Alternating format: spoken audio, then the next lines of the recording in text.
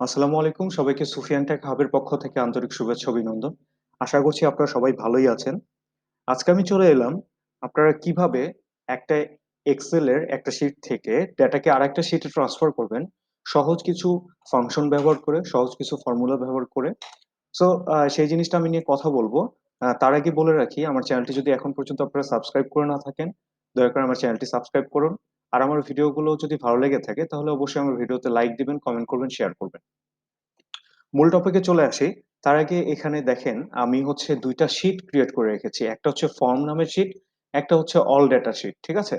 Form sheet মানে হচ্ছে আপনারা যারা কোম্পানিতে চাকরি করেন বা হচ্ছে কোনো অফিসে বা হচ্ছে স্কুল, কলেজ, ভার্সিটিতে সব জায়গায় কিছু ফর্ম থাকে যেখানে আপনাদের ইনফরমেশন ইনপুট দিতে হয়।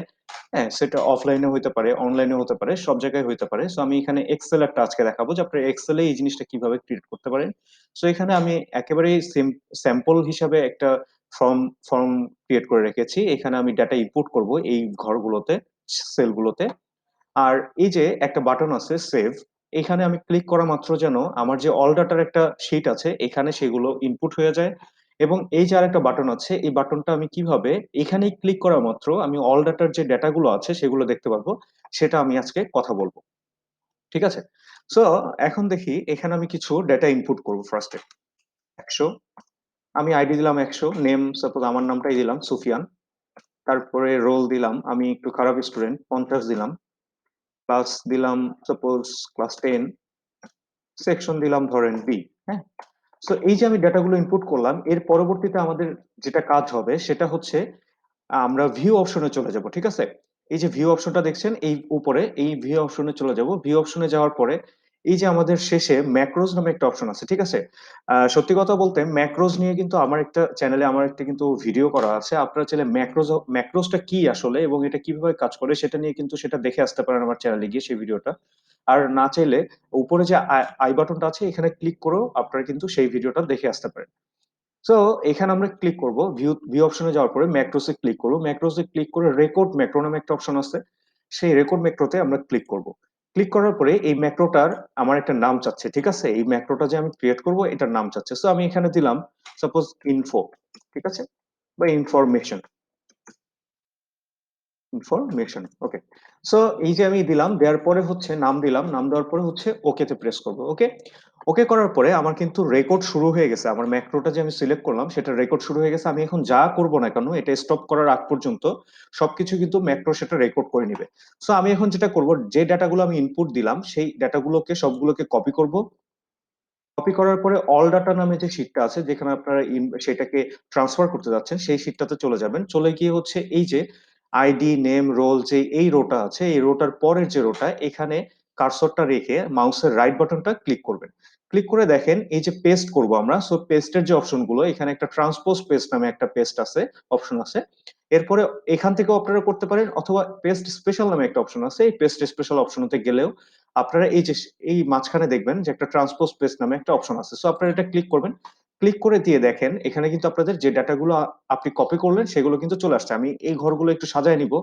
সাপোজ আমি এই জিনিসগুলা এটা করে দিলাম। এখন যখন আপনি সাজায় নিলেন, দেওয়ার পরে আপনারা জাস্ট সিম্পলি যেটা করবেন, আপনারা এই যে একটা এই পুরো যে রোটা আছে এই পুরো রোটা সিলেক্ট করে মাউসের রাইট বাটন ক্লিক করে একটা ইনসার্ট করবেন। ঠিক আছে? এই যে ইনসার্ট করার পরে আপনারা কি করবেন, কার্সরটা যে কোনো জায়গায় রেখে আপনারা আবার ফর্মে চলে যাবেন। ফর্ম নামের যে শিটটা আছে এখানে গিয়ে এই যে ডাটাগুলো আপনি কপি করে নিয়ে গেলেন এগুলোকে আপনি ইরেজ করে দিবেন। ওকে, করে দেওয়ার পরে আপনি সিম্পলি আবার হচ্ছে এই ভিউ অপশনে যাবেন। ভিউ অপশনে যাওয়ার পরে ম্যাক্রোস নামে যে অপশনটা আছে এই ম্যাক্রোসে গিয়ে আপনি যে রেকর্ড শুরু করেছিলেন সেটাকে স্টপ করে দিবেন, মানে স্টপ রেকর্ডিং এ প্রেস করবেন। ওকে, ওকে। সো এখন আমার কিন্তু ম্যাক্রোটা রেকর্ড করা শেষ, বাট আমি এই সেভে ক্লিক করলে যেন আমার এই অল ডাটাতে সেটা ইনপুট হয়ে যায়, সেটা আমি কিভাবে করব? সেটা করব এইভাবে, আমি এই সেভ নামের যে বাটনটা আছে এটাতে এই বাটনটা সিলেক্ট করব। বাটনটা সিলেক্ট করে আমি হচ্ছে মাউসের রাইট বাটন ক্লিক করে এই যে দেখেন একটা অ্যাসাইন ম্যাক্রো নামে আমার একটা অপশন আছে। ঠিক আছে? এই অ্যাসাইন ম্যাক্রোতে আমি ক্লিক করব। ক্লিক করে আমি যে ম্যাক্রোটার নাম দিয়েছিলাম ইনফরমেশন নাম, সো এই ইনফরমেশনটা আমি সিলেক্ট করলাম।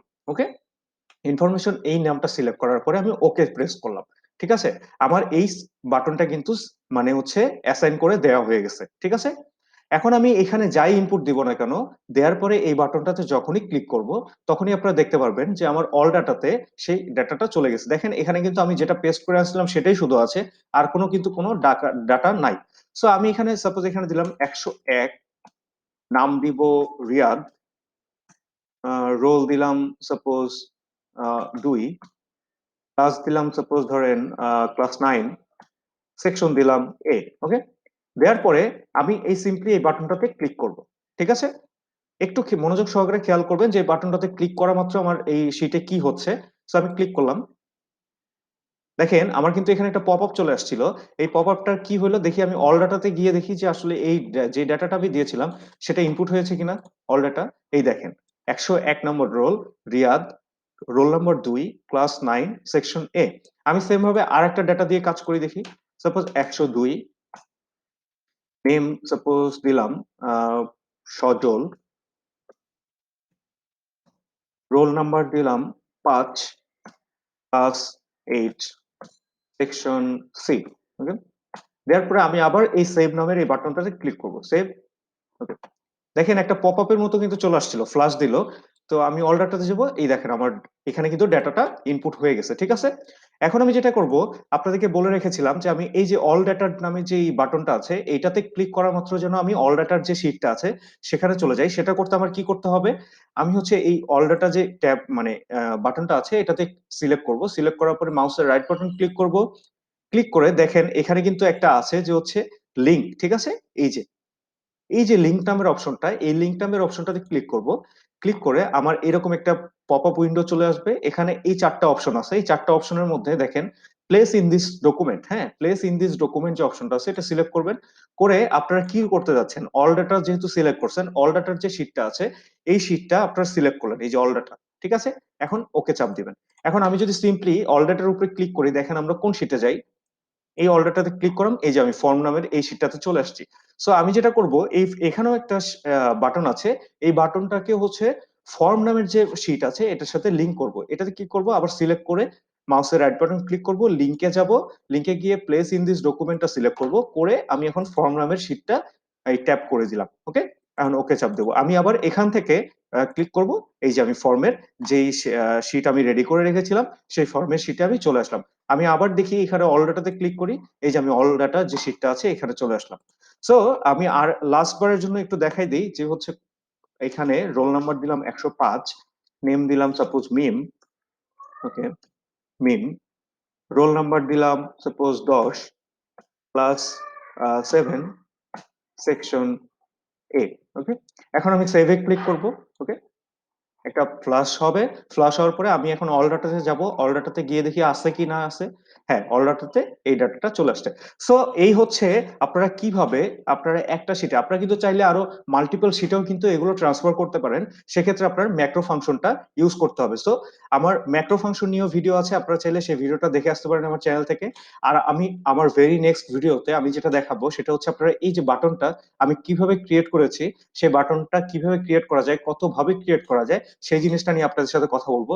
এছাড়াও আমার চ্যানেলে কিন্তু নিত্য নতুন অনেক গুরুত্বপূর্ণ Excel, PowerPoint, Microsoft Word, আরো এডুকেশনাল যেসব ব্যাপারগুলো থাকে যেগুলো শর্টকাট বা হচ্ছে কিছু ইজি ওয়ে, সেই জিনিসটি আমি আমার চ্যানেলে কথা বলে থাকি। সো আপনারা অবশ্যই যারা আমার চ্যানেলটি এখন পর্যন্ত সাবস্ক্রাইব করেন নাই তারা আমার চ্যানেলটি সাবস্ক্রাইব করুন। আমার ভিডিওটি যদি ভালো লেগে থাকে তাহলে লাইক কমেন্ট শেয়ার করুন। আজকের মতো এই পর্যন্ত, সবাই সুস্থ থাকবেন, ভালো থাকবেন, আসসালামু আলাইকুম।